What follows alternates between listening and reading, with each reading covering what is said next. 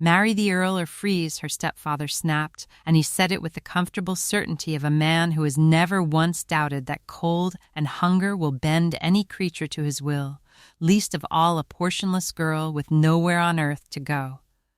Mr. Garrow had no doubt at all of his stepdaughter's answer.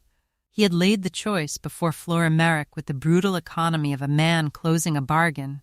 She would accept the Earl of Scarsdale, who for reasons of his own had offered for her and whose offer suited Mr. Garrow's purposes to perfection, or she would be turned that very night out of the only house she had into the teeth of the worst snowstorm the county had seen in 20 years. It was a choice designed to make itself, a great match on the one hand and death in a snowdrift on the other, and Mr. Garrow, who had married Flora's gentle mother for her little money and outlived her without a pang, and who reckoned every human creature by the price of its fear, had not the faintest notion that his quiet stepdaughter would choose anything but the warm and sensible surrender he had arranged for her. He had reckoned without the one thing he had never troubled to measure in her, that she would rather die clean in the snow than live soiled by a marriage to a man she knew to be cruel. She walked into the cold. She did not rage, for rage was wasted breath on such a man. She did not plead, having learned long ago that he was deaf to pleading. She only looked at him a moment with a steadiness that puzzled him, and then she drew her thin cloak about her, and opened the door upon the howling white dark, and walked out into the storm rather than into the Earl's arms, choosing the clean cold over the warm corruption, her own death, if it came to that, over a life she could not bear to live. The door fell shut behind her, and Flora Merrick set her face into the driving snow and walked, with no shelter before her and no mercy behind, into a night that meant in plain earnest to kill her. She did not know that she had been seen.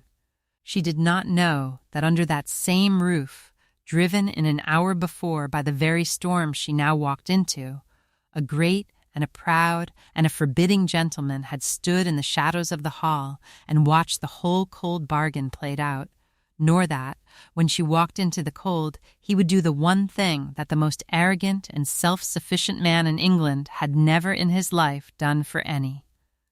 Living soul. The Duke of Winterbourne followed her.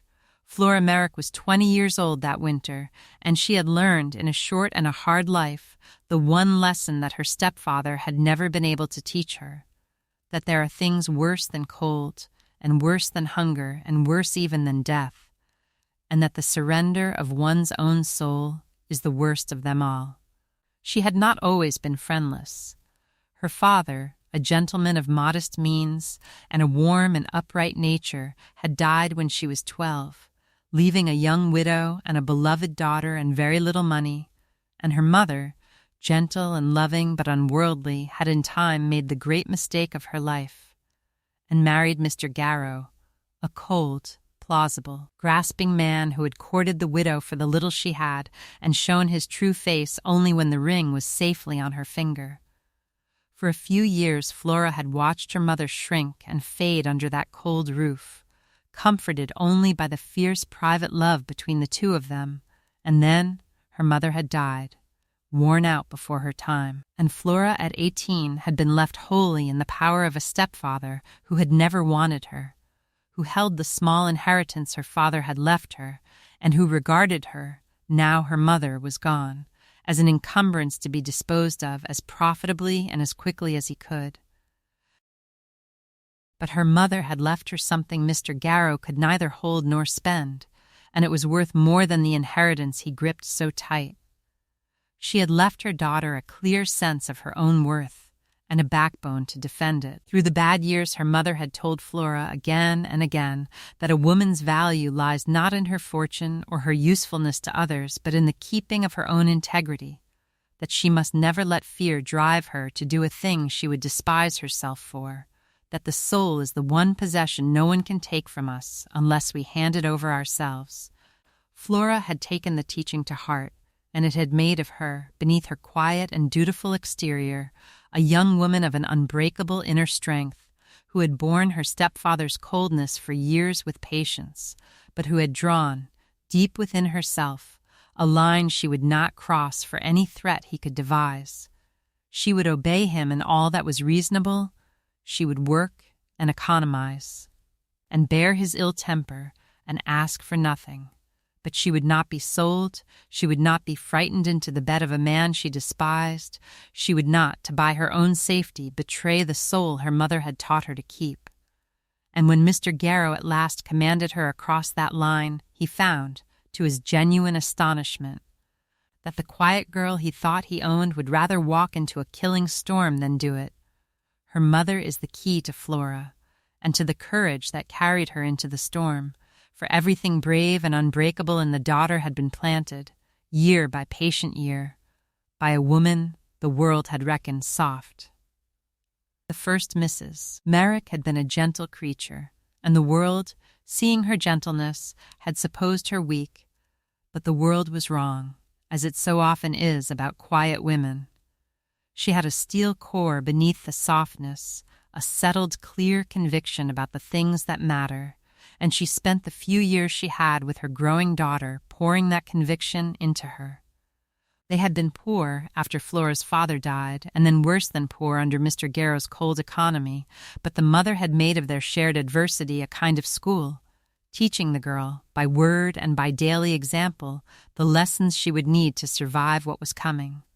She taught her that poverty is no shame and dependence no disgrace, but that there are bargains a self-respecting soul will not make however dire the need. She taught her to tell the difference, which the world is forever blurring, between the things one may rightly yield for safety's sake and the one thing one must never yield at any price. And she taught her, above all, that her worth was her own, fixed and inward, owing nothing to her fortune or her usefulness or any man's opinion of her, and that no one on earth could take it from her unless she consented to the theft. When the mother died, worn out at last by the cold marriage she had made for her daughter's sake as much as her own, she left Flora nothing the law could measure, no money, no protector, no prospects worth the name.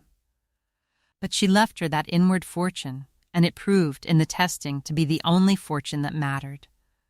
Through the 2 hard years that followed, alone under her stepfather's roof, Flora had lived on her mother's teaching as on bread, had held to her sense of her own worth when every circumstance conspired to grind it down, had kept in the cold. The warm certainty that she was a person and not a thing. And when the final test came, and her stepfather ordered her to sell that inward self for the price of a roof, it was her mother's voice she heard, clear across the gulf of death, telling her that some things are worth dying for, and the soul is the first of them, and it was on her mother's strength, made her own through years of quiet keeping, that she turned and walked into the snow. 2 years of Mr. Garrow's guardianship had taught Flora exactly what her stepfather was, and the knowledge, bitter as it was, had armored her for the night of the ultimatum. Mr. Garrow was a study in the meaner kind of coldness. He had not the energy for active cruelty nor the passion. He was simply, thoroughly, and incurably mercenary, a man in whom every warmer feeling had long since dried up and left only calculation. He had married Flora's mother for her small money and the respectability of a gentle wife, and had felt himself cheated when she proved to cost more in housekeeping than she brought in dowry. He had endured the stepdaughter as a further unprofitable expense, fed and clothed at the lowest figure consistent with appearances, and reminded daily in 100 small economies and colder silences that she was a charge upon a charity he grudged. He never struck her, he never raged, he simply withheld warmth, withheld kindness, withheld every comfort that cost money or trouble, and made of the house a place where Flora learned to expect nothing and to ask for less. It was a hard schooling, but it taught her things worth knowing. It taught her to depend on no one, to find her resources within, to carry her own warmth in a cold house. It taught her, watching her stepfather reckon every human tie in pounds and shillings, an exact and lasting contempt for the philosophy that prices everything and values nothing. And it taught her, most usefully of all, to read Mr. Garrow like a printed page, to know precisely how his mind worked, what he wanted, what he feared, and what he was capable of, so that when he came to her at last with his ultimatum, she was under no illusion about it. She knew he meant it, knew he would indeed turn her into the storm without a qualm if she refused, knew there would be no relenting, no mercy, no appeal. And knowing it, she was able to make her choice clear-eyed, weighing the certain cruelty of the Earl against the probable death in the snow, with the cold clarity her stepfather himself had taught her, and choosing, with full knowledge of the cost, the storm. He had spent 2 years teaching her that she could expect nothing from him. She had learned the lesson so well that at the last she expected nothing, asked nothing, and simply walked out of his reach forever. The man who followed her into the snow was, by the universal account of the world that feared him, the last man on earth to trouble himself about the fate of a stranger. And to understand why he did it, you must understand the particular hardness of the Duke of Winterbourne, which was not the hardness of a cruel man, but the far colder thing it is so often mistaken for. Alaric, Duke of Winterbourne, was 37, and he was the most formidable man in England. Master of one of the oldest and greatest dukedoms in the kingdom, born to a degree of power and consequence that few men ever approach, he had grown into exactly the man such a birth so often makes, proud, imperious, used from his cradle to instant obedience, and so accustomed to bending the world to his will that it had never seriously occurred to him that the world might have a will of its own. He was not cruel. He was, in his cold highway, perfectly just, and did a great deal of good in the lands he ruled. But he did it as he did everything, by command from above, disposing of the lives within his power as a great chess player disposes of his pieces, with intelligence and even with a kind of austere benevolence, but never for one moment doubting his absolute right to arrange the board. He kept the world at a vast distance, let no one near him, held himself in a cold, proud solitude above the common run of men, and had grown so used to managing everything and everyone within his reach that he had quite lost the knowledge, if he had ever had it, that there is any other way to deal with a fellow creature than to command it. It was a kind of prison, that lofty isolation, though he did not know it. A man who arranges everything and yields to no one is as cut off from the warmth of real human dealing as any hermit, and the Duke of Winterbourne, for all his power, was a profoundly solitary man, who had never in his life met an equal, never been refused, never had cause to learn the difference between governing a person and loving one. How such a man came to be sheltering, that wild night, beneath the roof of a person as far beneath his notice as Mr. Garrow, was the simplest of accidents. The great storm had caught his carriage on the road, made the way impassable, and forced even the Duke of Winterbourne to seek the nearest shelter, which happened to be Mr. Garrow's house. And there, an unwilling and disdainful guest, waiting in cold impatience for the storm to abate, he had stood unnoticed in the shadows of the hall, and watched a grasping man order his stepdaughter to marry a brute or freeze, and watched the girl choose the storm, and something in the steady, unbroken courage of her, walking to what might well be her death rather than betray herself, had reached past the vast cold distance at which he held the world and struck him to a place he had forgotten he possessed. He did not stop to reason about it. For the first time in his ordered life, the Duke of Winterbourne did a thing on pure, unexamined impulse. He took up his greatcoat and flung open the door the girl had closed and went out into the killing storm after her. A word is owed on the loneliness that lay beneath the Duke's pride, for it was the hidden wound that his arrogance had grown over, and without seeing it one cannot understand why the rescue of a stranger should have shaken him so. To be born to what the Duke of Winterbourne was born to is to be set apart from the rest of mankind in a way that looks, from below, like the most enviable of fates, and feels, from within, very like a sentence of solitary confinement. From his earliest years he had been surrounded by people, and alone among them deferred to, flattered, obeyed, and never once met as a simple fellow creature. No one had ever told him an unwelcome truth, no one had ever refused him, no one had ever in all his life treated him as anything but the dukedom walking. He had learned, very young, that he could have anything he wanted by the mere wanting of it, and had learned, a little later and more bitterly, that the one thing he could not have by wanting it was the thing he had stopped. By then. Even allowing himself to want, the plain warm regard of an equal who valued him for himself. He had buried that want so deep that he had forgotten it, had wrapped himself in his pride and his power and his cold sufficiency, and told himself, and half believed, that he needed no one and nothing, that the lofty solitude of his rank was not a deprivation, but a distinction. But the want had not died, it had only gone underground, as such wants do, and waited. And the strange thing that happened to the Duke of Winterbourne, watching a penniless girl walk into a storm rather than betray herself, was that the long-buried want stirred and woke. Here was a person, he could not at first have said why it struck him so, who was plainly not thinking of his rank at all, who was acting from a pure inward principle of the kind he had supposed existed only in sermons, who possessed in her destitution a freedom and an integrity that all his power could not buy. Something in him recognized, before his mind could catch up with it, that here at last was the real thing his cold life had been starved of. And the recognition reached down past 37 years of pride to the lonely boy who had never been loved for himself, and would not let him stay safe and dry indoors while she walked away into the dark. He told himself, going out after her, that it was common humanity. It was a great deal more. It was a starved heart, scenting for the first time in its life the thing it had given up hoping for, and following it into the snow.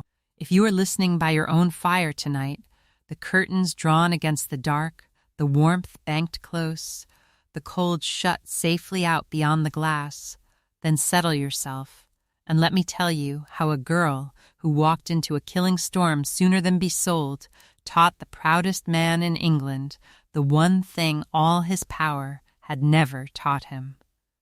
And how a duke who had spent his life commanding the world learned, from a girl with nothing in the snow, that the one thing worth having in all the world cannot be commanded at all, but only freely given.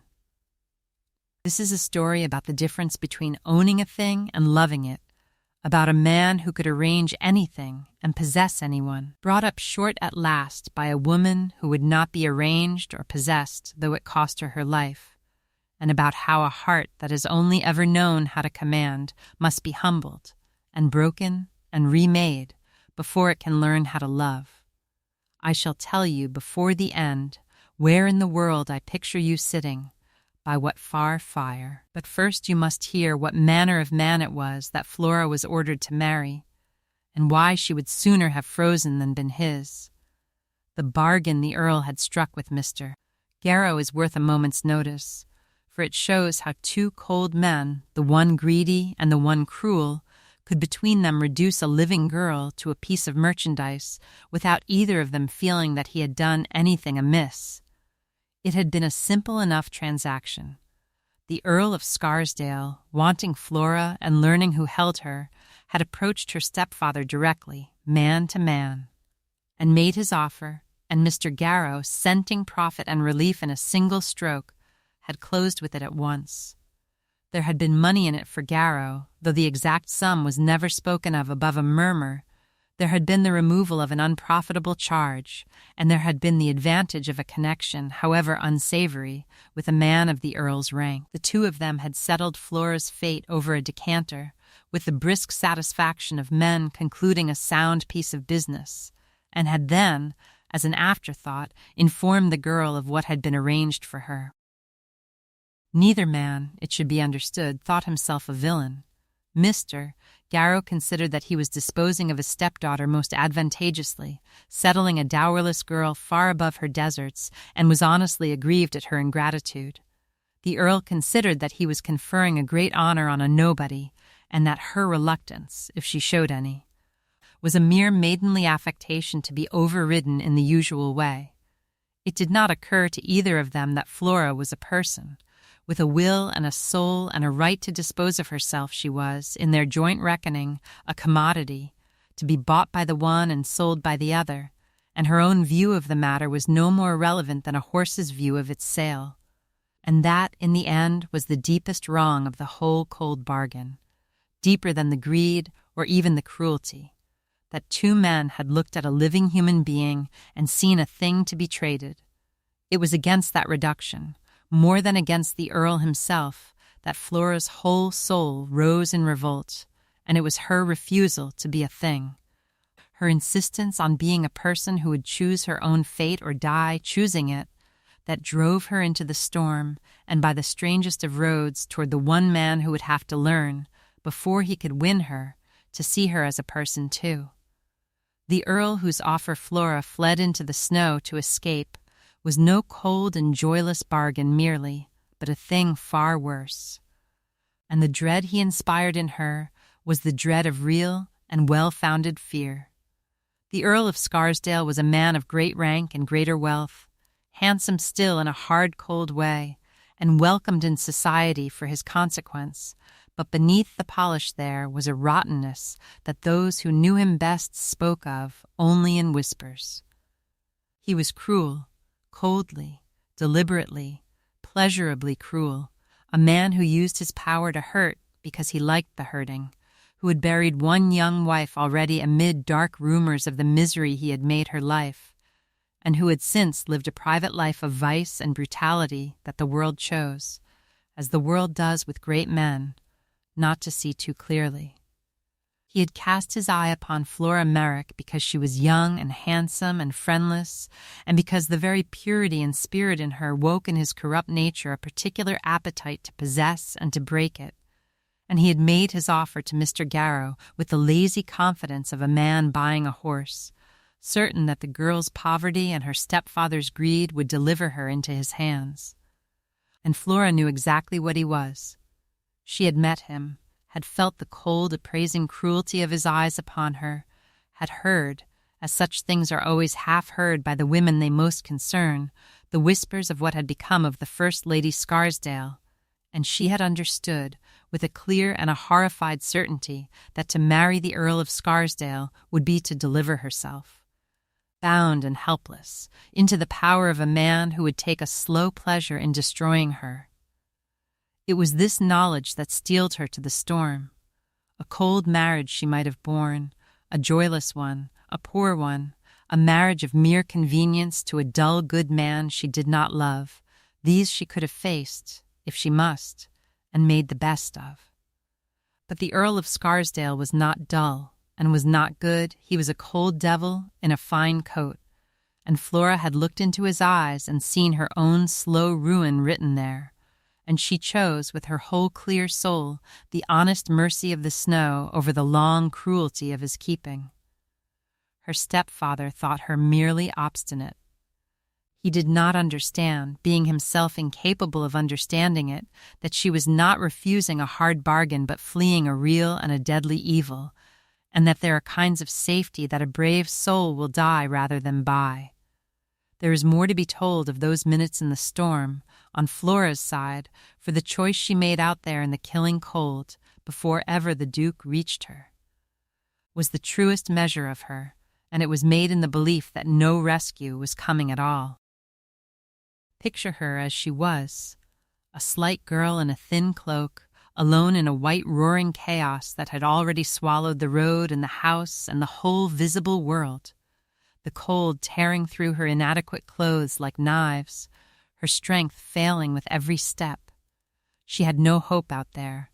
That is the thing to understand. She did not walk into the storm trusting that someone would save her, or gambling that her stepfather would relent, or in any expectation of rescue. She walked into it believing, with clear open eyes, that it would very probably kill her, and choosing it nonetheless, choosing the real possibility of her own death over the certainty of her own degradation. It was not a gesture, it was not a bid for sympathy or a young girl's dramatics. It was a sober, terrible, deliberate choice made alone in the dark that she would rather end than be sold. And there came a moment when her strength had nearly gone and she had sunk to her knees in a drift with a strange, warm sleepiness stealing over her, that she faced the thing squarely and did not flinch from it. She thought of her mother, she thought that she had kept faith, that she had not handed over the one thing that was hers to keep, and she found, in that extremity, a strange, deep peace. The peace of a soul that has paid the full price of its integrity and found, even dying, that it was worth the cost. She was ready. That is the measure of her. When the Duke's arm closed about her, she had already made her whole account with death, and made it without regret. And it was precisely because she had been so wholly willing to die free rather than live owned, because her courage was real and tested to the very edge of the grave, that everything which came after had the weight it did. The rescue was a mercy she had not asked for and did not count on. She had already won the only victory that was hers to win, alone, in the snow. Before any duke came near her, she had kept her soul, and been ready to pay for it with her life, and not been sorry. What happened in the storm? In the white howling dark between Mr. Garrow's door and the safety the Duke half carried her to was the strangest half hour of both their lives, and the beginning of everything that followed.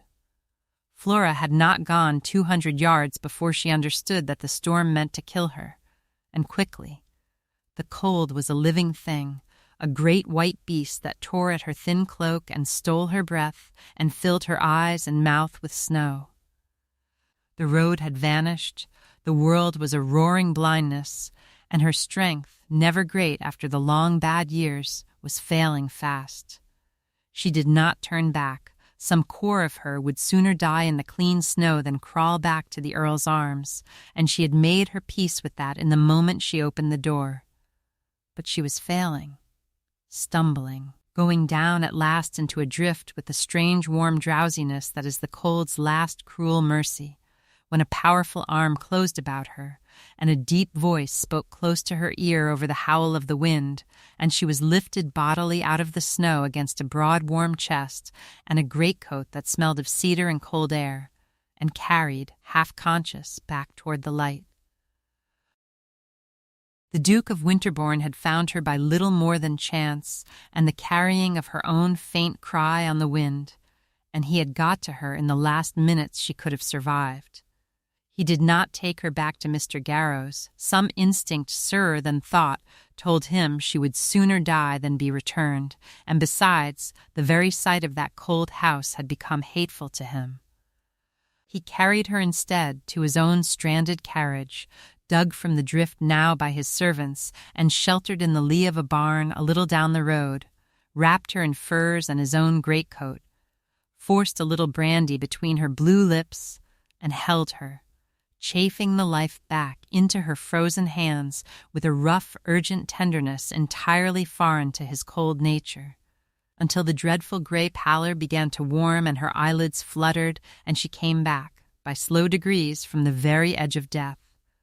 And when at last she opened her eyes and looked up, dazed, into the face of the dark, stern stranger who had pulled her from the snow, the Duke of Winterbourne, who had never in his life felt the smallest stir of tenderness for any creature breathing, felt his whole cold heart turn over in his breast at the sight of her living eyes, and knew, with a strange alarm, that something had happened to him out there in the storm that he did not understand and could not undo. On the Duke's side, the rescue itself worked a change in him that began before he understood it, and it is worth dwelling on the strange new feelings that woke in him as he carried a freezing stranger out of the dark. He had acted, going out after her, on an impulse he could not name, but the moment he had her in his arms, lifted half-frozen from the drift, something further happened to him that no impulse accounts for. He was a man who had touched human beings all his life, only at the cold formal distance his rank prescribed. Handshakes, the brushing of gloved fingers, the bows and curtsies of a world that approached him as one approaches a monument. He had never, in his adult life, simply held another creature, never felt a fellow being's whole frail weight depend wholly on his strength, never had a living person's survival rest, in the most literal way, in his two hands. And as he carried Flora through the storm, felt her shivering and then dreadfully still against him, chafed the frozen life back into her hands and felt, under his fingers, the warmth return and the pulse strengthen, and the spark of life answer to his care, the Duke of Winterbourne experienced something his whole imperial existence had never given him. The plain animal tenderness of one creature keeping another alive. It undid something in him. That hour, the cold distance at which he had held all humanity, could not survive the warmth of an actual human life saved by his own hands. The abstract benevolence with which he had always governed his dependents from above was a thin and bloodless thing beside the fierce particular caring that rose in him for this one girl whose life he held. He found himself, as he worked over her, praying. He, who never prayed that she would live, found his heart clenching with a dread of her death that he had no business feeling for a stranger, found, when at last her eyes opened, a relief so sharp it frightened him. He did not understand it. He had no framework for it.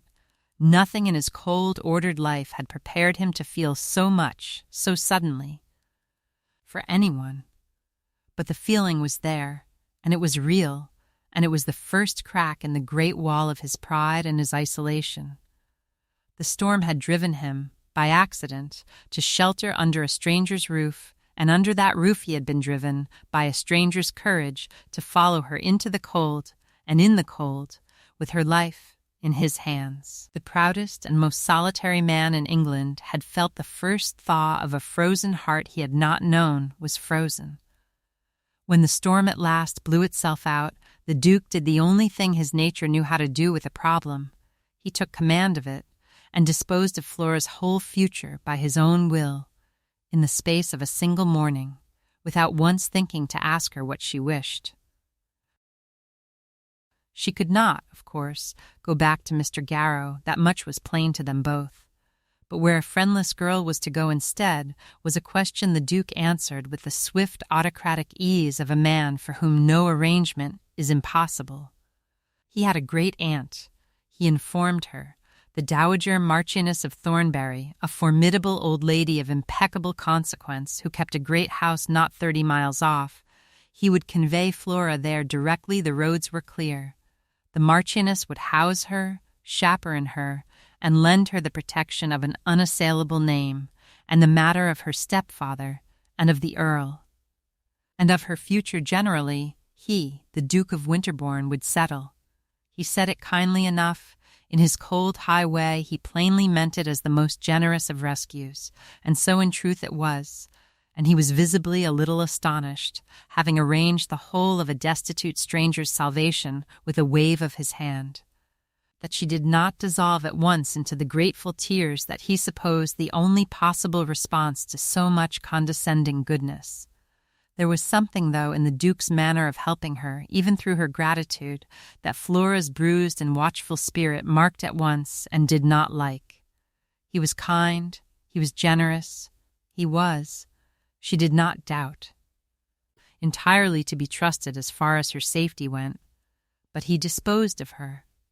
He arranged her, settled her, took charge of her, exactly as a benevolent landlord arranges the affairs of a tenant or a kind master the future of a servant. He decided what was to become of her without the smallest reference to her own wishes, as though, having saved her life, he had naturally acquired the ownership of it.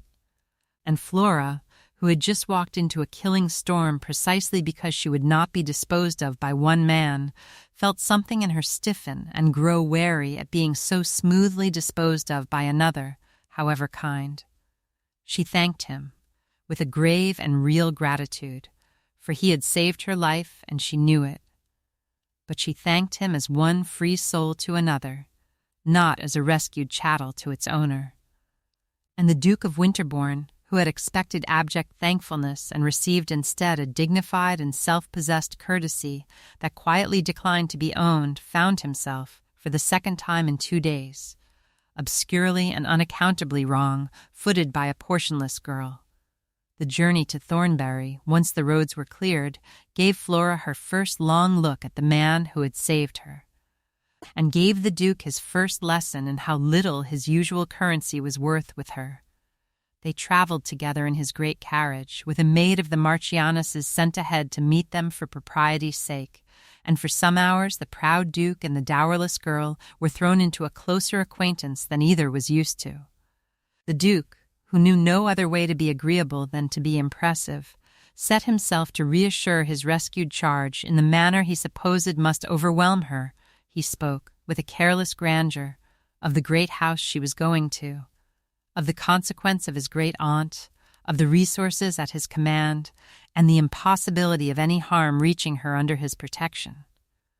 He was, in effect, displaying his power, as a man of his sort instinctively does, certain that the spectacle of so much consequence ranged on her side must fill a destitute girl with grateful awe.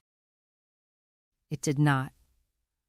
Flora listened politely and thanked him gravely, and was plainly and entirely unimpressed by the catalogue of his greatness. What she responded to, he slowly noticed, was something quite different. When he spoke, almost by accident, of some real thing, a book he had cared for, an honest opinion, a flash of the dry wit that lay unsuspected beneath his cold manner, she kindled, and met him, and gave back as good as she got, treating him not as a duke to be deferred to, but as a man to be talked with. It disconcerted him profoundly, and it fascinated him more than he would admit. He found that his rank, which was the whole of his consequence in every other company, simply slid off this girl like water, that she neither feared it, nor coveted it, nor was impressed by it, but set it quietly aside as irrelevant, and addressed herself to the man underneath. No one had ever done that before. And the Duke of Winterbourne, rolling through the cleared snow toward Thornbury beside a girl who valued him at exactly nothing for his dukedom, and seemed prepared to value him quite highly for himself if he gave her cause, felt the ground of his whole life shifting under him, and could not for his life decide whether he was affronted or enchanted. He was, though he did not yet know the word for it, beginning to be both, and the enchantment was winning. The old Marchioness of Thornbury is worth knowing a little for her own sake, for she was the kind of formidable old woman every story like this needs, and she played her part in this one with enormous relish. She had been a great beauty and a greater wit in her day, had ruled a corner of society for 50 years, had buried a marquis and a number of lesser relations, and had arrived at near 80 with her wits undimmed, her tongue unsheathed, and her heart, though she would have denied it briskly, as warm as ever it had been. She feared nobody. She had known the present Duke of Winterbourne from his cradle, had watched him grow into his cold magnificence with a mixture of family pride and private exasperation, and had long privately considered that what the boy needed, for she still thought of the formidable Duke as the boy, was to be thoroughly shaken out of his lonely grandeur by something his consequence could not manage, and that it would be the saving of him when it came. So that when he arrived on her doorstep with a half-frozen girl and a story that showed him, for the first time in her long acquaintance with him, acting on a generous impulse rather than a calculation, the old lady's shrewd eyes lit with a positive glee, and she understood the situation and her own opportunity in it. Almost before he had finished explaining, she took to Flora at once and entirely. She saw, with the swift, sure judgment of a woman who had spent 50 years reading character, that the girl was the genuine article, proud in the right way, dignified without coldness, brave without bravado, and possessed of exactly the clear, unbuyable integrity that the old Marchioness most admired and most rarely met. She gathered her in, she championed her, she gave her, in those weeks, the affectionate, fierce protection of a grandmother and the shrewd counsel of a friend. And she set herself, with the delight of an old campaigner handed one last splendid campaign, to the project nearest her heart, the humbling and the humanizing, and the salvation of her impossible great-nephew. By means of the one girl in England proof against his consequence. She did not push. She was far too clever to push. She merely watched and waited and dropped, at exactly the right moments, the sharp little remarks that helped the proud man see himself, and she enjoyed herself that winter, more than she had enjoyed anything in years. The weeks at Thornbury that followed were the making of them both, for it was there, under the shrewd, amused eye of the old Marchioness, that the Duke of Winterbourne first discovered that he had fallen in love, and made, in the discovering, the greatest blunder of his life. The Dowager Marchioness of Thornbury was a great old lady of near 80, sharp as a needle and warm beneath her grandeur, who had buried a husband and outlived an age and feared nothing on earth, least of all her formidable great-nephew, whom she had known since he was in petticoats and regarded, for all his consequence, with a brisk, affectionate disrespect that nobody else in England would have dared. She took one look at the half-frozen girl her great-nephew brought her, heard the story, and made up her mind on the spot that Flora Merrick was a young woman of rare quality and exactly what her cold, lonely autocrat of a great-nephew most needed and least knew how to get, and that she, the Marchioness, would enjoy herself extremely in the weeks to come. She gathered Flora to her with a gruff kindness that healed something in the girl that had been starved for years, gave her a home, a champion, and the first true friend she had had since her mother died, and watched, with the keen delight of a connoisseur, the spectacle of the proudest man in England falling, with no idea what was happening to him, in love. For the Duke could not stay away from Thornbury. He came on this pretext, and on that, to settle the arrangements, to discuss the question of Mr. Garrow, to consult his great-aunt on some affair of business that could perfectly well have waited, and stayed, each time, longer than any pretext could excuse, in the company of the grave, self-possessed girl who had begun to occupy his thoughts to the exclusion of nearly everything else. He told himself it was a proper concern for one he had rescued, but the concern grew daily warmer and more particular, and the great, cold, solitary man, who had held the whole world at arm's length for 37 years and never missed it, found the days he did not see Flora Merrick strangely empty, and the days he did the best he had ever known. He, who had never wanted anything he could not command, found himself wanting, with a depth and a helplessness entirely new to him, the one thing in the world that he was beginning, dimly, to suspect he could not command at all, the heart of a portionless girl who looked at him as no one had ever looked at him, not with awe, nor with fear, nor with calculation, but with the clear level gaze of an equal taking his measure. And so, when he had at last understood his own heart, the Duke of Winterbourne did what he did with everything he wanted. He moved to acquire it. He offered Flora marriage, and he made, in the offering, every mistake a proud man can make, and got, for his pains, the one answer he had never in his life received. He made the offer at Thornbury, in the great drawing-room, with the cold, confident grace of a man conferring an extraordinary favor. He told Flora that he had decided to marry her, that he was aware the match was one of dazzling advantage to a girl in her situation, raising her at a stroke from destitution to the highest rank a woman could hold, that he would settle her stepfather, silence the Earl, and place her beyond the reach of every trouble for the rest of her life, that she would be the Duchess of Winterbourne, with all that the title carried, and want for nothing to the end of her days. It was, by every worldly measure, the most magnificent thing that could possibly happen to a portionless orphan, and he laid it before her with the assurance of a man who knew it, expecting, as he had expected the grateful tears in the carriage, that she would accept with a joy proportioned to so vast a piece of good fortune. He had told her, in effect, that he had selected her. He had not thought to ask whether she would have him. She refused him. She did it gently, and with a real regard, being neither ungrateful nor unmoved, but she refused him, plainly and steadily, and the refusal fell on the Duke of Winterbourne like the collapse of the world. She told him that she honored him, and thanked him from her heart for all his goodness to her, which she would never forget.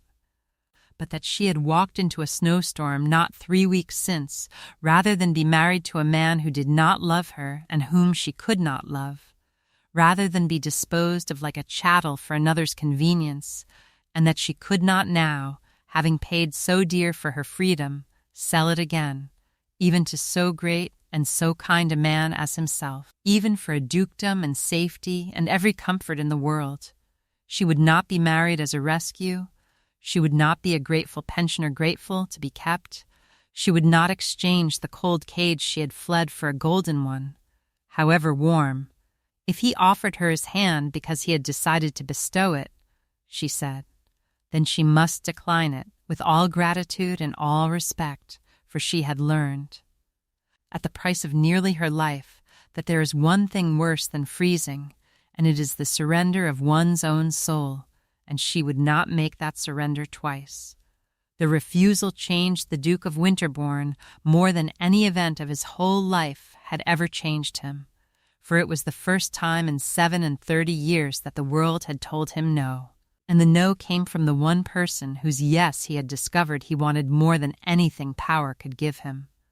His first response, as a proud man's first response to refusal must be, was anger, and he came very near in the first hot moment to drawing himself up in all his cold consequence and walking out of the room and out of her life. Affronted to the soul that a girl with nothing should refuse the Duke of Winterbourne. But something stopped him, and the something was the beginning of his salvation.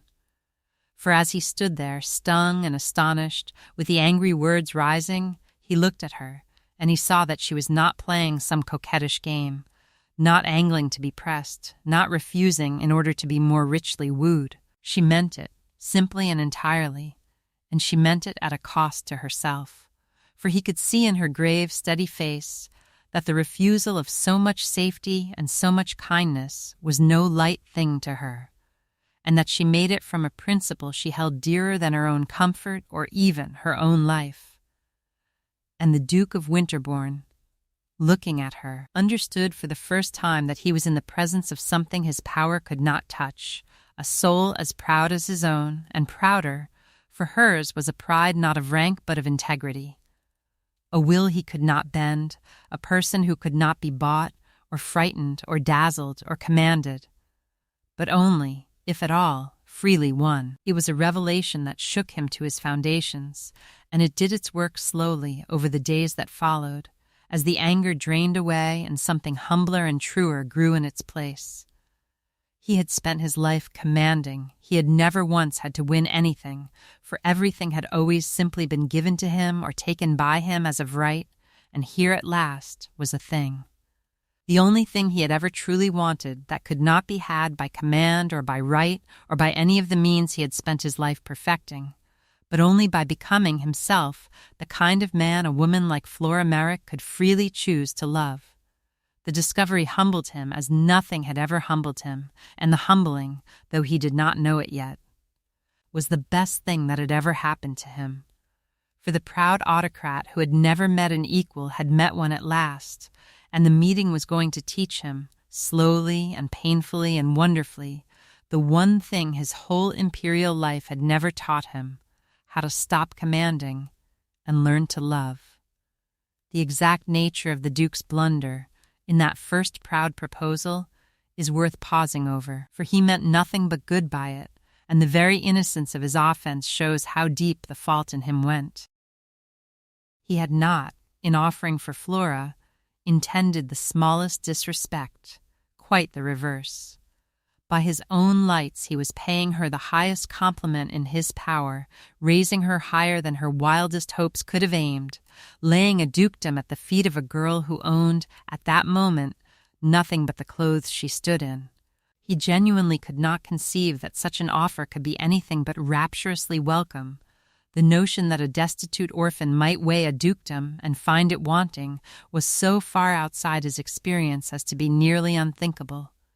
And that was precisely the trouble. The fault was not in his feeling, which was real and growing. But in his whole way of conceiving the thing, he had approached the winning of a wife exactly as he approached the acquiring of anything else. By deciding that he wanted it and arranging to have it, he had thought about what he would give her and not at all about what she might freely choose. He had, in the deepest sense, proposed to confer himself upon her rather than to ask for her. And it was this, not coldness. For there was warmth in him now, and not unkindness, for he meant her nothing but good that Flora could not accept. She could have forgiven him a clumsy proposal, an arrogant manner, even a cold heart. What she could not do was let herself be acquired. For the offer, however golden, treated her once again as the object of a transaction rather than the author of her own life. It asked her to be grateful, to be bestowed upon, to be lifted and settled and disposed of exactly as the Earl's offer had, only kindly instead of cruelly, and she had paid too dear, in the snow, for the right to be the author of her own life, to sign it away now for any inducement, however magnificent. The Duke thought he was offering her everything. He was, without knowing it, asking her to give up the one thing she had nearly died to keep. And her refusal, which struck him as near to madness, was in truth the sanest and the most necessary thing she ever did, for it was the only answer that could have taught him, in time, the difference between the everything he offered and the one thing he had not yet learned how to give, which was the freedom to choose him. The Marchioness, who missed nothing, had a hand in the Duke's education that he never fully suspected, and her method was as shrewd as it was merciless. She had watched the proud proposal and the steady refusal with the keenest interest, and had privately rejoiced, for she had seen at once that the girl was right and the boy was wrong, and that the refusal was the best thing that could possibly have befallen him. But she was far too wise to lecture him. A direct rebuke would only have stiffened his pride. What was wanted was not to tell him he was wrong, but to let him discover it. And the old lady set herself to arrange the discovery with the artistry of long practice. She did it by small things, a dry observation, dropped as if idly, on the difference between a gift and a bribe, a seemingly careless reminiscence of some proud man of her youth who had lost the woman he loved by trying to buy her. An apparently innocent question, asked at exactly the moment to make him squirm, about whether he had thought to ask Miss Merrick what she wished, or had merely informed her of it. The barbs went home, for they were beautifully aimed. The Duke, who would have rejected with cold contempt any open attempt to instruct him, found himself unable to dismiss these light-glancing blows, the more so as they came from the one person on earth who had never feared him, and whose shrewd affection he could not doubt. He began, under their influence, to see himself a little from the outside, as the Marchioness saw him, a proud man so used to commanding that he had tried to command a woman's heart, and was sulking because it would not be commanded. It was not a flattering picture, and it stung, but it was a true one, and the sting was salutary. And so, between Flora's refusal which showed him what he lacked, and his great-aunt's needling which showed him why, the Duke of Winterbourne was brought, by slow and not always comfortable degrees, to the beginning of wisdom. The old Marchioness took no credit for it, at least not aloud, but she watched her great-nephew start to mend with a satisfaction she kept strictly to herself. And only the occasional gleam in her shrewd old eyes betrayed how thoroughly she was enjoying the success of her campaign. What followed was the strangest courtship the old Marchioness had ever had the pleasure of watching, the spectacle of the proudest man in England setting himself, clumsily and in earnest, to learn how to woo a woman he could not command. He did not go away. That, in itself, was the first sign of the change, for the old proud Duke would have gone, affronted, and never returned. Instead, he stayed, and he came again, and he began, awkwardly at first, for he had no practice in it, to court Flora Merrick as a man courts an equal whose heart he hopes to win, rather than a dependent whose future he means to arrange. He learned, with an effort that cost his pride dear and did his soul a world of good, to ask instead of to order, to listen instead of to dispose, to offer instead of to confer. He consulted her wishes, he deferred to her judgment, he sought, with a humility entirely new to him, to please rather than to command her. And he discovered, in the doing of it, a whole world of human dealing that his cold imperial life had kept him from, the pleasure of winning a smile he had not ordered, the deeper pleasure of an opinion freely offered, the strange new sweetness of being valued not for his rank, which Flora regarded with a serene indifference that secretly delighted him, but for himself, the man beneath the dukedom, whom no one in all his life had ever troubled to look for. Flora, for her part, watched the change in him with a wary and a softening heart. She had refused him, and meant it, but she had not disliked him, even in his arrogance, for she had seen from the first the real worth and the buried warmth beneath the cold, high manner. And she had been more moved by his rescue and his clumsy, unpracticed kindness than she let him see. And as the weeks passed and she watched the proud man humble himself, watched him learn to ask and to listen and to offer, watched the great cold autocrat becoming, by visible degrees, a warmer and a gentler and a truer man under the influence of his own dawning love, she found her wariness melting. Against her will, into something far warmer, found herself coming to love, not the Duke of Winterbourne with all his consequence, which she cared nothing for, but Alaric, the lonely, proud, difficult man who was learning, for her sake and almost too late in life, how to be human.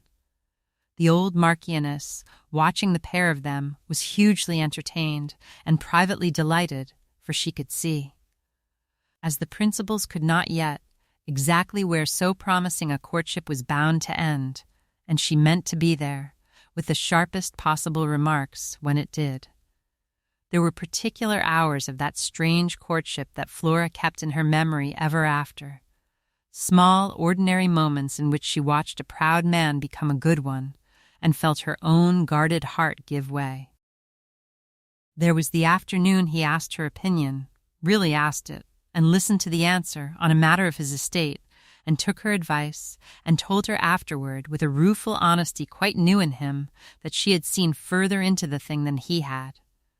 There was the evening by the library fire when, the grand manner forgotten, he talked to her simply of his boyhood, of the loneliness of a great inheritance and a motherless youth, and she saw, behind the cold magnificent Duke, the solitary boy who had never been loved for himself, and felt her heart turn over with a tenderness that frightened her. There was the time she teased him, actually teased him, as no one in his life had ever dared, and watched the astonishment on his face give way. After a startled moment, to a slow, unwilling smile, and then to a real laugh, the first true laugh, she suspected, that he had laughed in years. Each small moment was a brick out of the wall between them. Each showed her a little more of the man beneath the pride, and each made it harder to remember that she had refused him and meant to keep refusing. For Flora was not made of stone, and she had never disliked him. She had refused him on a matter of principle, not from any want of feeling, and the principle, once he began so visibly to learn it, ceased by degrees to stand between them. She watched him change week by week, watched the autocrat soften into a man who asked and listened and deferred, watched him court her with a humility that cost his pride dearly, and was therefore the more touching, and she found the wariness with which she had armed herself dissolving, against her own caution, into something she could no longer pretend was mere gratitude. She had told him she would not be owned. She had not told him, because she had not at first known it, that she could be won. And she was being won, in those quiet weeks, not by his rank, nor his power, nor all the magnificence she cared nothing for, but by the daily spectacle of a proud, difficult man humbling himself to learn how to love her properly. For there is nothing on earth so winning as the sight of a strong soul making itself gentle for one's sake. And the Duke of Winterbourne, all unknowing, was doing the one thing that could have won the unwinnable girl. But the Earl of Scarsdale had not forgotten the prize that had been snatched from his hand, and the trouble he made, when it came, did not come only from him, but reached into the new-grown love at Thornbury through the one flaw the Duke had not yet conquered in himself. The Earl was not a man to lose gracefully. He had set his cold heart on possessing Flora Merrick, had as good as bought her from her stepfather, and had been balked of her by her flight and her rescue.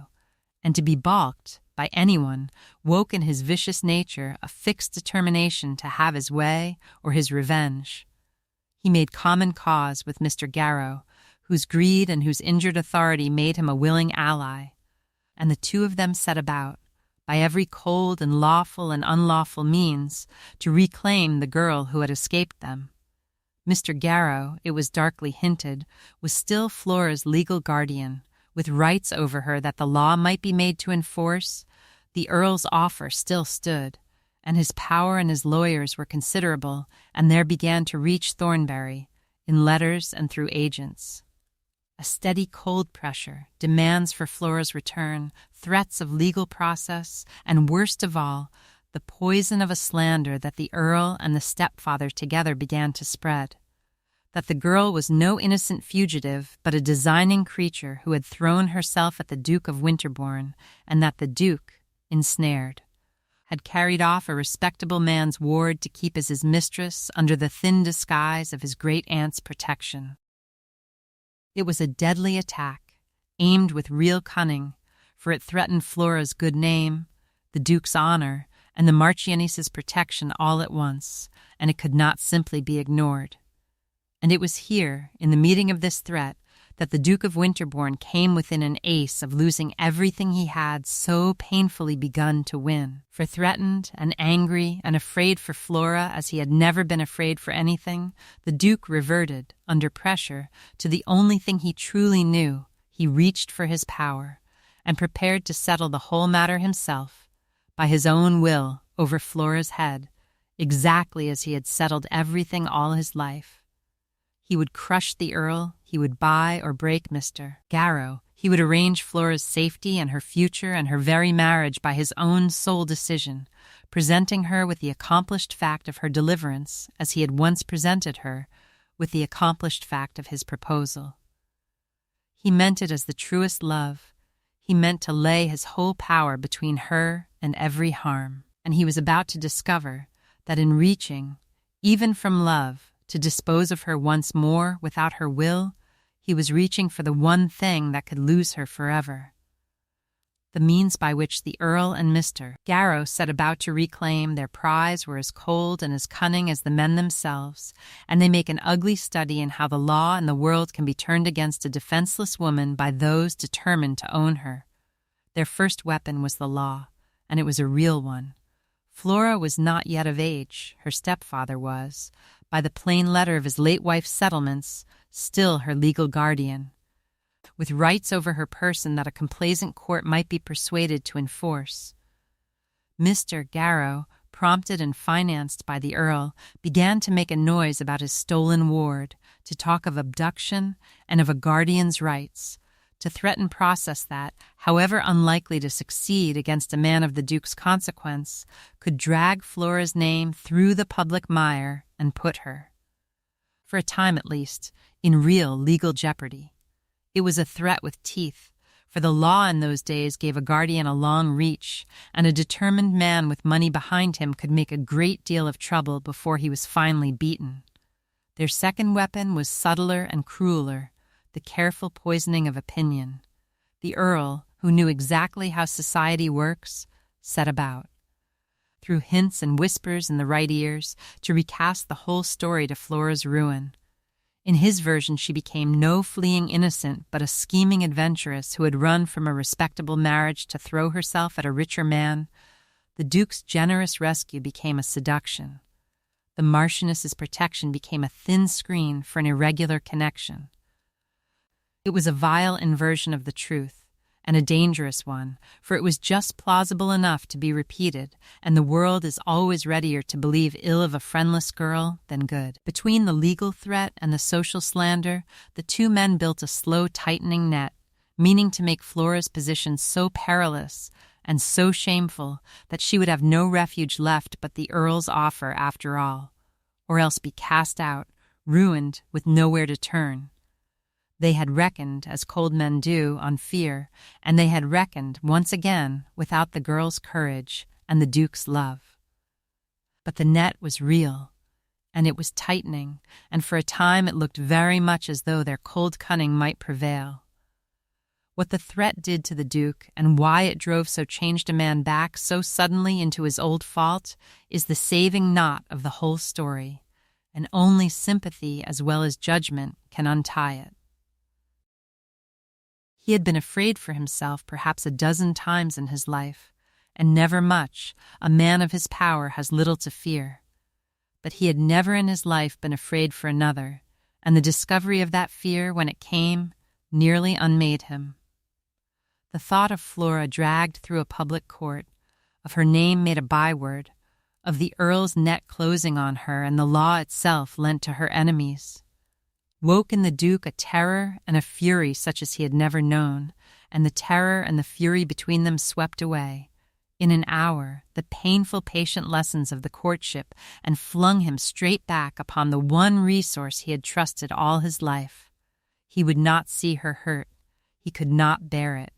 And he knew, with the bone-deep certainty of a man born to power, exactly how to prevent it, by bringing the whole crushing weight of his own consequence to bear, by buying and breaking and overruling, by settling the matter so completely and so finally that no harm could ever reach her again. It was love that drove him, and that is the pity and the point of it. A colder man would have shrugged and let the girl shift for herself. It was precisely because the Duke now loved Flora past bearing that he reverted, under the lash of his fear for her, to the protecting tyranny of his nature. He did not stop to ask himself whether she would wish to be saved so. He did not stop to ask her anything.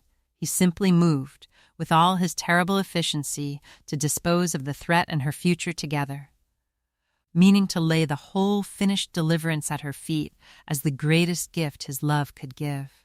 He thought he was protecting her. He was, in the deepest sense, betraying the very thing he had begun to learn she most needed, for he was about to do to her, in the name of love, the same essential wrong her stepfather had done in the name of greed and the Earl in the name of lust. To decide her life for her, to treat her as a thing to be saved rather than a person to be consulted. And the dreadful irony, which he saw only afterward, was that in rushing to shield her from the men who would own her, he came within a breath of proving himself one more man who would own her too. The hour in which Flora learned the truth and made her stand was the hardest of her life since the storm, for it asked of her a courage subtler than the courage of the snow, the courage to refuse not an enemy but the man she loved. She had been happy, those last weeks at Thornbury, in a wary, unspoken way, happier than she had been since her mother died. She had watched the Duke change. She had felt her own heart turning toward him. She had begun, cautiously, to believe that the thing she had thought impossible might after all be possible, that here was a man learning to love her as she needed to be loved, as a free equal and not a possession. And then, in a single overheard fragment and a single dreadful conversation dragged out of the reluctant Marchioness, the whole fair structure seemed to come down. For what she learned was not that the Duke had ceased to care, but something in its way harder to bear, that he cared exactly as much as ever, and meant, out of that caring, to do the one thing she could not allow. It would have been easy to let him.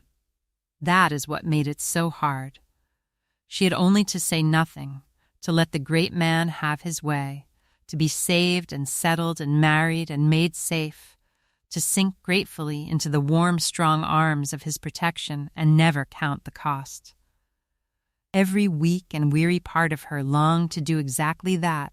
She was tired and frightened, and the offered safety was very sweet. But she knew, with the same clear inward knowledge that had sent her into the storm, that to accept deliverance on those terms would be to lose, quietly and forever, the very self she had nearly died to keep.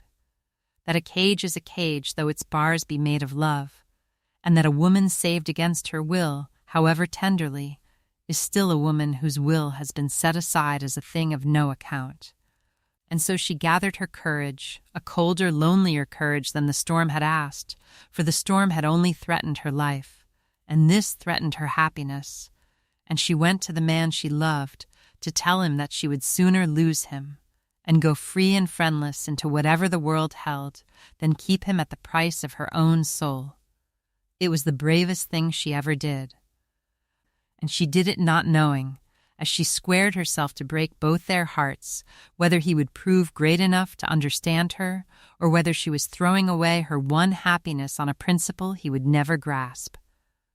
There was one direct encounter, in the thick of the trouble, that showed Flora the Earl of Scarsdale plain, and showed the Earl, to his cold surprise, that the girl he meant to break was not the soft, frightened thing he took her for.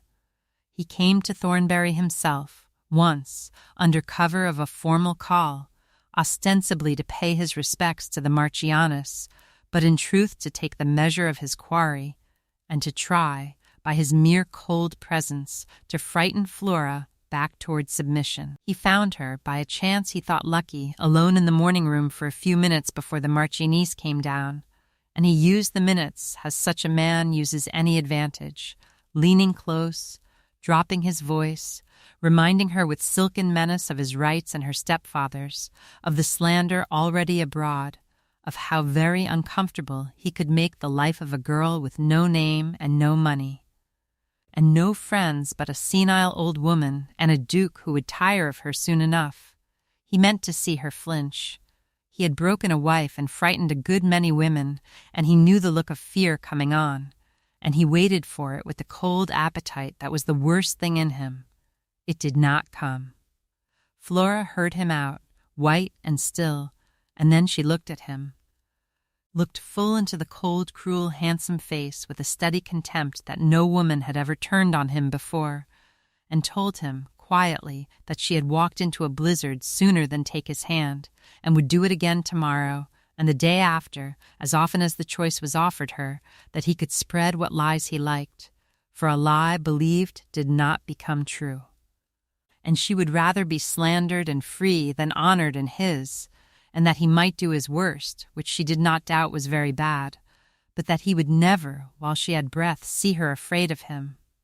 And the Earl of Scarsdale, who had come to frighten a girl, found himself instead looked at as he had not been looked at in his whole corrupt life, seen and weighed and despised, and went away from Thornbury with the first cold seed of doubt in his certainty, and a hatred the deeper for it.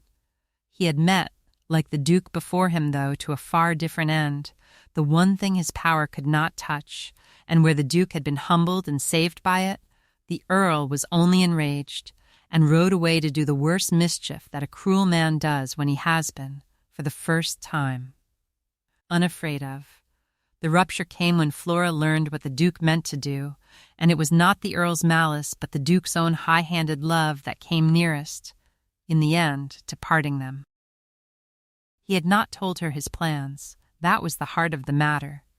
He had learned in the weeks of his courtship to ask and to consult and to defer in the small things, but in this great thing, this real and frightening danger, the old autocrat had reasserted himself, and he had set about disposing of the whole crisis without a word to her, meaning to spare her all knowledge of the ugliness and lay the finished deliverance at her feet.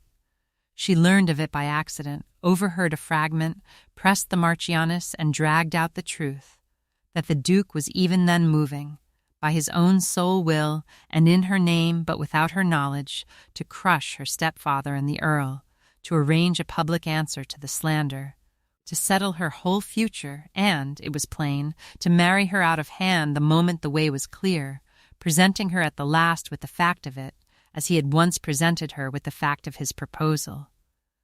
And Flora, hearing it, felt the cold close over her heart as surely as the snow had once closed over her body. For it was the very thing. It was exactly, precisely the thing she had walked into a killing storm to escape, to be disposed of, arranged, settled, married, her whole fate decided over her head by a man certain of his own right to decide it. That the man was now one she had come to love, and that he did it from love and not from greed, made it in one way sweeter and in another way far more bitter. For she could bear to be wronged by a Garrow or a Scarsdale, but to be possessed, however tenderly, by the man she loved, to find that even his love was at bottom a wish to own and arrange her, that struck at the very root of everything, and she could not bear it. She went to him, white and steady, and told him so. She told him that she knew what he was doing, that she did not doubt his love, nor his goodness, nor that he meant it all for her happiness, but that he was doing the one thing she could not live with, deciding her life for her, disposing of her as a thing to be saved and settled and kept, and that if this was what his love meant, a warmer and a kinder ownership, but ownership still, then she could not accept it, and would sooner go out again into the cold. Friendless and in danger, free, than be the cherished property of even the best of men. She had not fled one master to take another, she said, though the second master loved her, and the first had not. And she told him that unless he could learn to love her as a free woman and an equal, to stand beside her and not above her, to defend her with her and not dispose of her without her, then he had better let her go now, for she would keep her soul, which was all her mother had left her and all she had carried unbroken through everything, though she kept it alone and in the cold to the end of her days. A word should be said of the Marchioness's part on the night of the rupture, for the old lady played it with a wisdom that helped to save them both, and she did it. Characteristically, by appearing to do nothing at all. It was she, after all, who had let the truth slip, not by accident, as Flora supposed, but by the calculated indiscretion of a very shrewd old woman who had seen the crisis coming and judged that it had better come now, in the open, than fester. She had watched her great-nephew working in secret to settle everything by force, and had known, with her long knowledge of him, that he would ruin himself with the girl if he were not stopped, and she had known, with her shorter but surer knowledge of Flora, that the girl would never forgive being managed, however lovingly. So she had let fall the fragment that sent Flora to confront him, and had then withdrawn, deliberately, to let the two of them fight it out alone, betting everything on her conviction that the boy was worth saving and the girl strong enough to save him. It was a considerable gamble, and she knew it. Had the Duke proved too proud to bend, the indiscretion would have cost Flora her happiness and sent her out into the world friendless after all. But the old Marchioness had not lived 80 years and read 1,000 hearts to be wrong about this one, she had seen, beneath her great-nephew's arrogance, the makings of a man who could be humbled by love, and she had staked the happiness of two people she had come to care for on the chance of his rising to it. And when, the next morning, she saw them come to her together, the proud man quiet and changed, the girl's hand resting in his of her own free will, both of them with the soft dazed look of people who have walked to the edge of losing everything and stepped back hand in hand, she knew her gamble had come off, and permitted herself, in the privacy of her own room, exactly one tear, which she would have denied to her dying day, before composing her face into its usual sharpness and going down to be extremely rude to them both out of pure overflowing affection.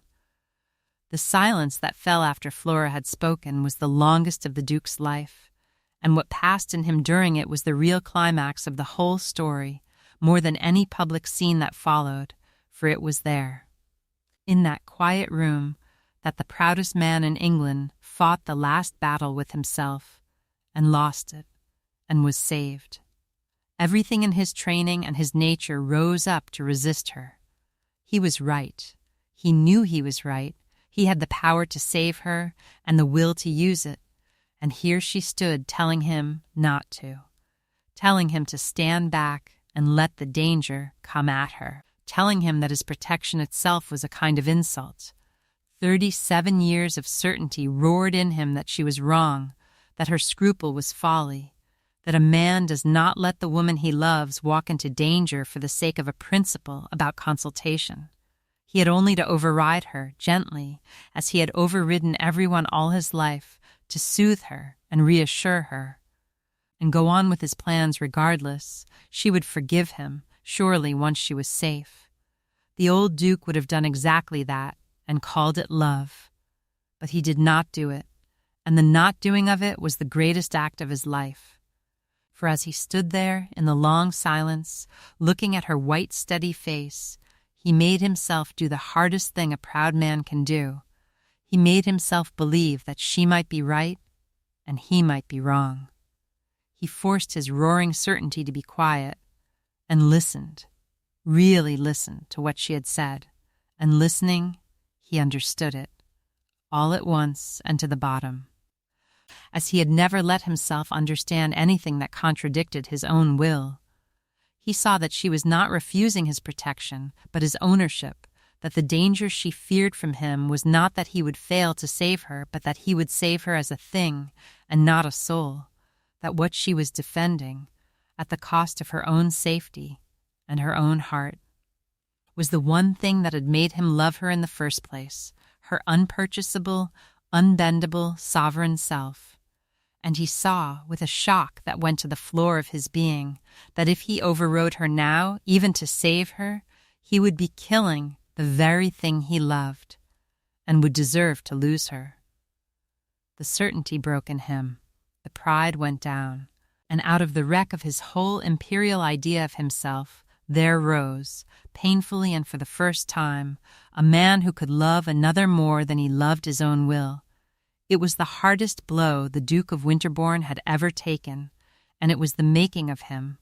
For in the long silence after she had spoken, the proudest man in England chose, for the first time in his life, to lay his pride down entirely, and to learn the last and the hardest lesson love had to teach him. He might have argued. He might have been affronted. The old Duke would have done both. But he had come too far now, and loved her too well, and he saw, being, beneath all his faults, a man of real intelligence and real honor, that she was right, wholly right, and that he had been about to destroy, out of the very love that should have protected it, the freedom that was the dearest thing she had. He stood a long moment, looking at her, while the whole proud edifice of his life's assumptions came quietly down inside him, and then he did the thing that no one who had known the Duke of Winterbourne would have believed him capable of. He bowed his head to her, to a portionless girl, he, the proudest man in England, and he asked her pardon. He told her that she was right and he had been wrong, that he had been about to do to her, in love, the very thing he had despised her stepfather for doing in greed, that he had spent his whole life owning and arranging and commanding, and had only ever learned one way to want a thing, which was to take it, and that she had shown him, at the cost of nearly breaking both their hearts, that there was a better way, and the only way that was worth anything, to offer, and to wait, and to let the other freely choose. And then he made his offer again, but how differently. He did not tell her he had decided to marry her. He told her instead, standing humbly before her with no consequence and no command in his voice, that he loved her, that he had been a proud blind fool and was learning, late and hard, to be a better man, that he laid before her not a settlement, nor a rescue, nor a disposal of her future, but simply himself, his hand and his heart and his deep need of her, to take or to refuse exactly as she freely chose, that whatever she decided he would defend her good name and her safety to his last breath, asking nothing in return, because it was right and not because it bought him anything, and that if she could not love him, he would let her go free and grieve and be glad to the end of his days that he had once been taught, by her, how a man ought to love. He had come to her, the first time, as a duke conferring a favor. He came to her now as a man laying his whole heart at the feet of a free woman, and asking, with no right and no certainty, and his proud head bowed at last, whether she might consent to love him. It was the truest thing he had ever done, and it was, though he had braced himself to lose her by it, the thing that won her. What it cost him to ask her pardon and to make his second offer in the humble form he made it, can only be measured against the height of the pride he laid down to do it, and Flora, who saw the cost, understood the gift. For a man who has never in his life apologized to anyone, to bow his head to a penniless girl and say plainly that he had been wrong is no small thing. It is a kind of death.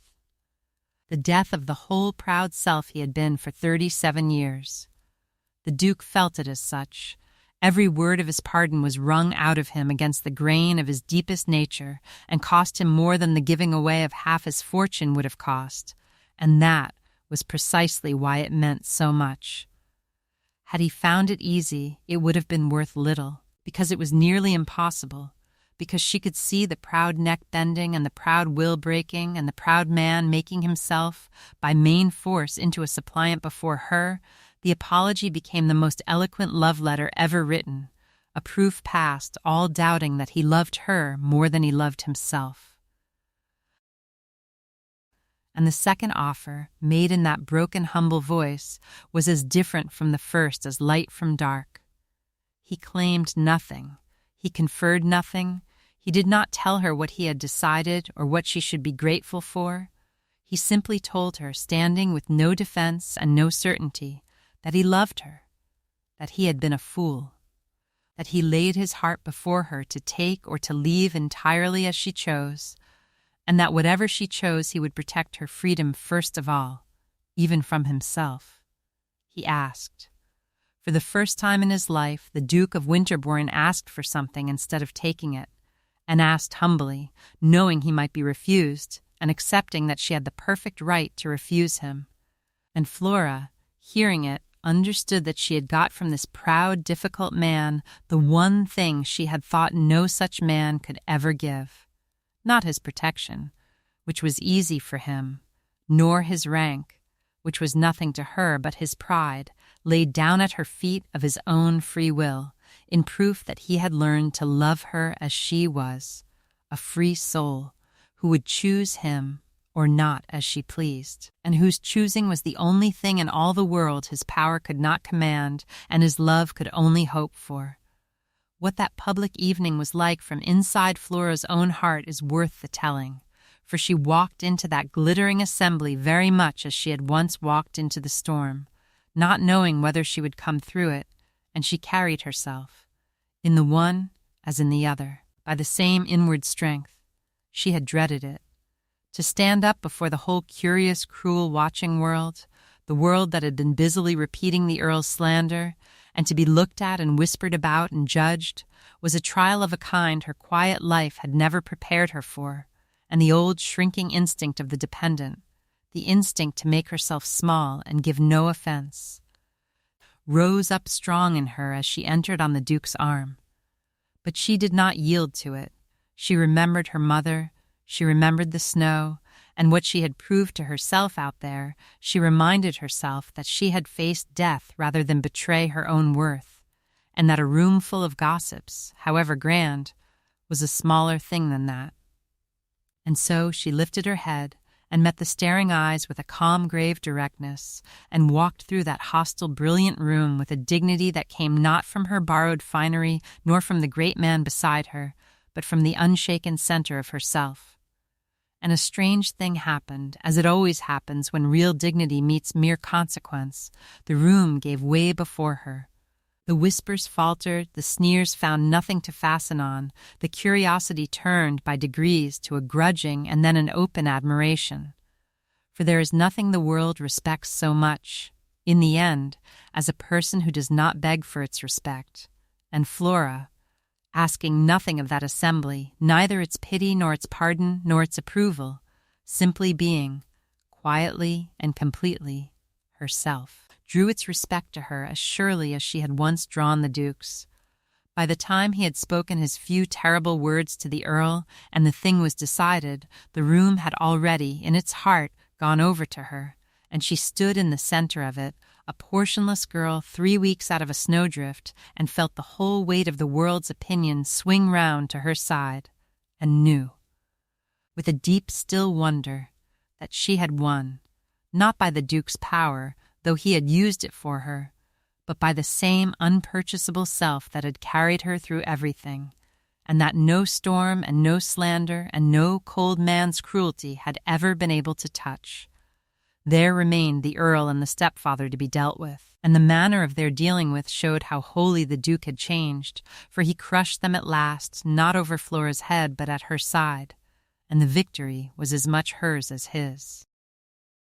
They faced it together, and openly. The slander was to be answered, and the Duke answered it in the one way that killed it stone dead, by bringing Flora on his arm and with his great-aunt the Marchioness sailing in awful state beside her into the most public assembly of the season, and presenting her to the whole watching world not as a rescued dependent nor a hidden mistress, but as the woman he loved and openly courted and hoped, with all humility to make his duchess if she would have him. When the Earl of Scarsdale, bold and cold, made before the company some veiled, insolent allusion to the manner in which the Duke had come by his great-aunt's lovely guest, the Duke of Winterbourne answered him with the full and terrible weight of his rank and his cold contempt, declared, so that the room could hear, that Miss Merrick had refused the Earl's offer with more honor than the Earl had ever shown in making it, that she had walked into a deadly storm sooner than accept him, and that any man who understood why would understand also exactly what the Earl of Scarsdale was, that she was under the protection of the Marchioness of Thornbury and of himself, and that the next word breathed against her by the Earl or his creature Garrow would be answered by the Duke of Winterbourne in person, in whatever manner the offender pleased. And the Earl of Scarsdale, who was a cold, cruel man but no fool, looked into the face of a duke who plainly meant exactly what he said, and felt the whole room turn against him, and knew himself beaten. And he made his cold bow, and withdrew, and troubled them no more. But the sweetness of it to Flora was not the crushing of the Earl, satisfying as that was. It was that the Duke did it with her, and not for her. He had told her, beforehand, every word he meant to say, and asked her leave to say it. He had let her choose whether to face the world at all, and how. He had stood beside her. Not in front of her, his hand under hers and not over it, a champion and not an owner. And when the thing was done and the slander dead and the Earl routed, it was Flora herself who, with a quiet word and a level look, dealt the final blow to Mr. Garrow, informing her stepfather, before witnesses and with the Duke standing supportively silent at her shoulder, that she was of an age to choose her own course, that she forgave him nothing and asked him for nothing, and that he might keep the wretched inheritance he had gripped so long and never trouble her again. She owned that room. She owned it as a free woman vindicated, standing in her own dignity with a great man beside her, who had learned at last to stand beside and not above. And the watching world, which had come prepared to pity or to sneer, saw a portionless girl who had walked into a storm sooner than be sold carry herself like a queen, and revised, in an evening, its whole opinion of her. The marriage that followed was a true partnership of equals, and it is worth seeing a little of how they lived, for the manner of their happiness was the proof that the lesson had taken and held. The Duke of Winterbourne did not, of course, become overnight a meek or an unassuming man. A nature 37 years in the forming does not dissolve in a single hard lesson, and Flora would not have wanted it to, for she had come to love the strength in him, along with everything else. But the strength had learned its limits, and the difference showed in 1,000 daily things. He consulted her now as a matter of course. In great things and small, he had learned to find his deepest pleasure not in commanding, but in the give and take of two minds meeting as equals, and where once he had ruled his great household and his wide lands alone, from a cold height. He ruled them now in partnership with a wife whose clear sense and warm heart made him, by common report, a better landlord and a better man than he had ever been before. She was his duchess on her own terms, neither his ornament nor his pensioner, but his partner, and he, who had spent his life starved of any real human dealing, found in the equal companionship of a marriage of true minds a happiness he had not known existed, and was daily and humbly grateful for it. As for Flora, she bloomed. The girl who had borne so much cold so patiently came into the warmth at last like a plant brought in from the frost, and proved to have in her, once she was free to show it, a brightness and a sweetness and a quiet strength that made her beloved wherever she went.